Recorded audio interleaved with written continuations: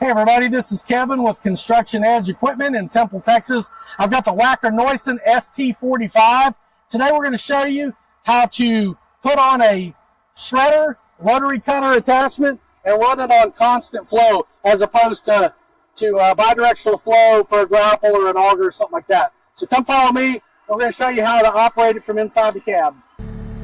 To operate the rotary brush cutter in constant flow, the first thing you're going to want to do with the engine running is you're going to press this top green button on the top side of it. Press and hold until it flashes green. And now it's illuminated green.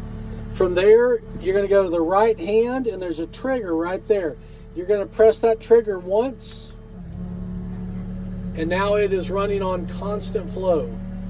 To turn your rotary cutter off, you're going to come over here and hit that trigger one more time. And now it turns off.